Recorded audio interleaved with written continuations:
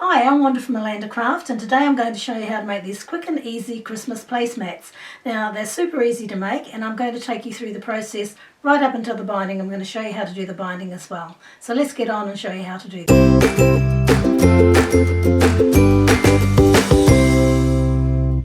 So this is what you're going to need. Now all the measurements will be on the website, so pop over there and you'll be able to see exactly what measurements you need. But you need a piece for the centre, you'll need some strips for your first border, some strips for your second border, some strips for your binding, a piece of batting and some backing. Now with my backing I didn't have enough to make it in one piece, so I simply joined two pieces together, so you can quite easily do that. So what I'm going to do is take my long strips, lay them along the edge of my main piece. I'll pin them in place and then I'll sew them along here with a 1/4 inch seam on either side. Okay, so I've sewn the long strips on and I've pressed them. So now I'm going to add the short strips, and again face side down and just sew them with a 1/4 inch seam down each side.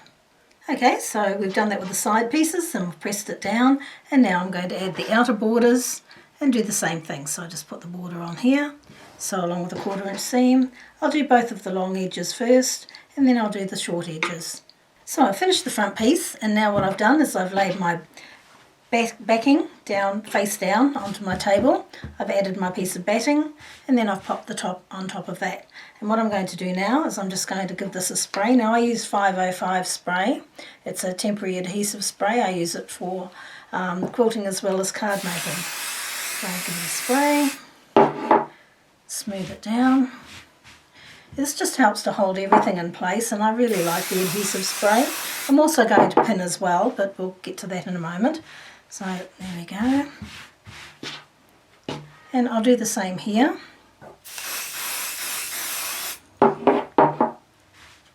And at this end.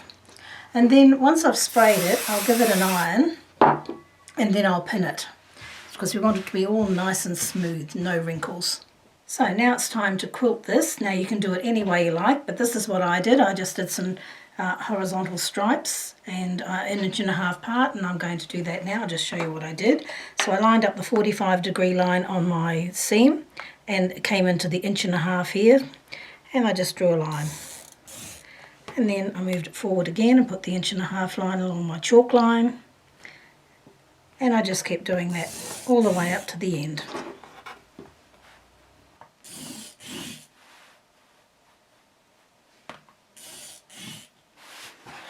So as you can see, I've put some pins in there that will help to keep this together as I'm sewing it. And now I'm going to sew along these lines that I've drawn on here. Now my machine does a tie-off stitch, so I'm going to do a tie-off at each end of the line, but you could do a small back stitch if you wish. And I'll do that on each line. Now once I've done that, I'm just going to ditch stitch all the way around this line here, and I'll also ditch stitch along here all the way around. So I've finished my quilting, and now what I'm going to do is trim the quilt.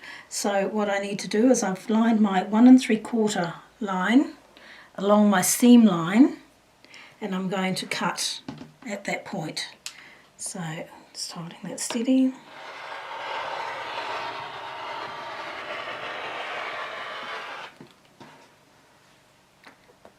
And so I'm going to do that on all the other 3 sides as well. Okay, so now that I've trimmed all the edges, I'm going to make the binding. So I'll just pop that aside. So I have my 2 strips of binding, 2 1/4 by the width of the fabric. Now I lay one face side up, one face side down. I'm going to pin them.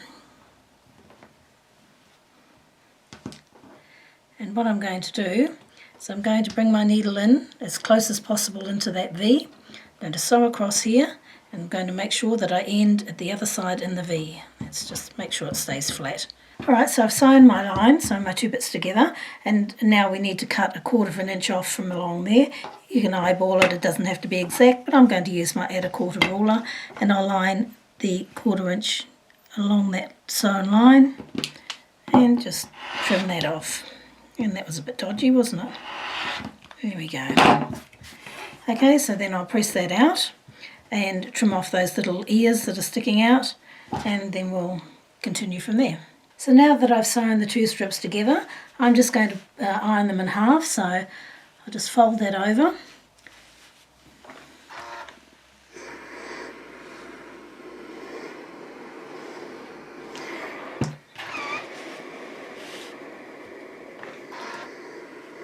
and I'm going to do that all the way along the strip. So now that I've ironed the binding strip in half, I'm going to attach it to the quilt, and as you can see I've put the quilt face down, and I'm going to leave a tail piece of about 10 inches, and then what I want to do is I want to put the raw edges of the bias onto the raw edges of the quilt. Okay, so you'll have the nice folded edge facing you, and that's what the other edge will look like. And I'm going to pin that, and I'm going to sew down to 1/4 of an inch from the end, and then I'll come back and show you what we're going to do next. So I started sewing with the back stitch. Now as I get towards the edge, I take my 1/4 inch ruler, my add a quarter ruler, and lay it along the edge here, and I use a friction pen and I just make a mark there. And that's where I'm going to sew to, so I'll just continue sewing down to there. And when I get to there, I'll do a back stitch. Okay, so as you can see I started with a back stitch here, and I sew down to this line that I made, and I back stitch there. Now what we do is we just take that piece of binding and fold it back so that the raw edge is in line with the raw edge of our quilt. And I'm just going to just do a finger press there, keep my finger on this edge here, and bring this back over here this way. And that's going to form our mitre. And then I will pin this. I'll come in, when I start sewing this, I'll come in about 1/4 of an inch, 1/8 of an inch, it doesn't really matter, and I'll back stitch first, and then I'll come back onto the quilt, and I will just sew it down. Okay, so I'm going to start about 1/4 of an inch from the edge, and I'm just going to back stitch. Okay, and then I'm just going to sew.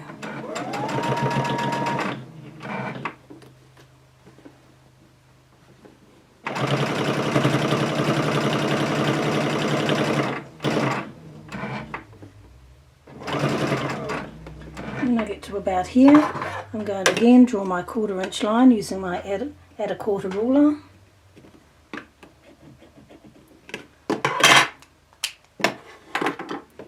And I'll sew down to there.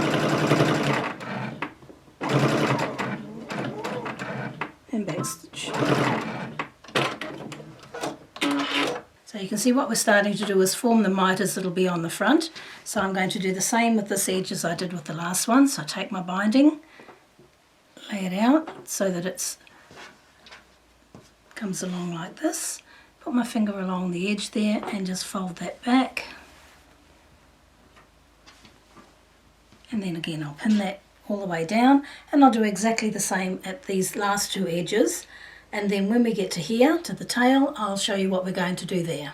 Okay, so as you can see, I've just come a short way on this side here, and I've done a back stitch, and I've left all of this length free. And of course this is our tail piece that we started out with. Now I'm going to lay that tail piece down nice and flat, and I have a piece of binding here that I've cut off the end of here, and that of course measures out 2 1/4. I'm going to take that piece and I'm just going to lay it across that tail piece there so that the edges all line up here. Okay, right, so then I'm going to take the top piece and lay it down, and what I'm going to do is I'm going to cut the top piece, and I won't go right up next to the edge. I'll give a little bit of a leeway because with what I'm going to do next you want a little bit of wiggle room. So okay, so I'm going to take my scissors and just chop that across there like that. Okay, so we can toss that piece now. Now what we need to do is to open up this top piece here, and we lay it down with the right side facing up. I'm going to take this tail piece here, and I'm going to lay it over that with the wrong side facing down. And then what I'll do is I'll just pin those two pieces, and I'm going to do the same as when we sewed the binding together before. I'm going to sew from the V to the V. Okay, so I've sewn my two pieces together, and now what you want to do is just check that that's going to fit, and as you can see it's going to fit nicely. So when I'm happy with that, don't cut it until you do test it, but now I'm happy with it, I'm going to cut that, and I'll cut it off at around the 1/4 inch. It doesn't have to be exact, so I'll just cut that piece off. That, right, and then I will sew it to the quilt, and I'll start and finish with a back stitch, and I will sew all the way down here.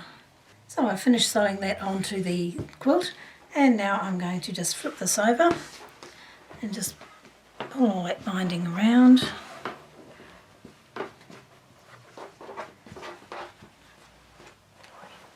Okay, so now what I generally do is I come in and I come down from the corner a bit, turn it over and pin it, and I do the same from the other corner. Just saves that material flopping around while I'm forming the mitre. Alright, so now I just push that out from the corner, as you can see, and hold my finger and bring the mitre over. Okay, and I'll just pin that.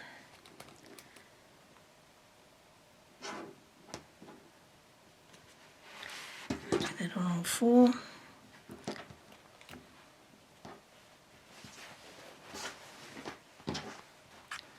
Okay, I just find it's easier if I just pin these, it sort of helps me a bit. Okay, again, bring that out, hold your finger and fold that back. And you've got a bit of wiggle room with this, so if it doesn't go together straight away, just fiddle with it till it gets to a nice look, or to how you want it. Okay.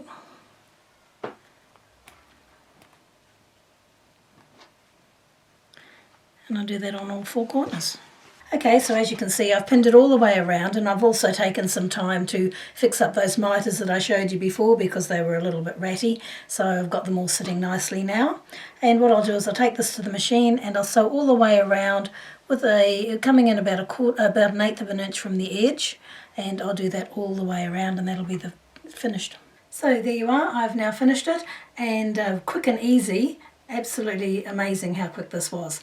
So if you've enjoyed this tutorial, give us a thumbs up and subscribe to our channel, and don't forget to catch us on Facebook and Pinterest.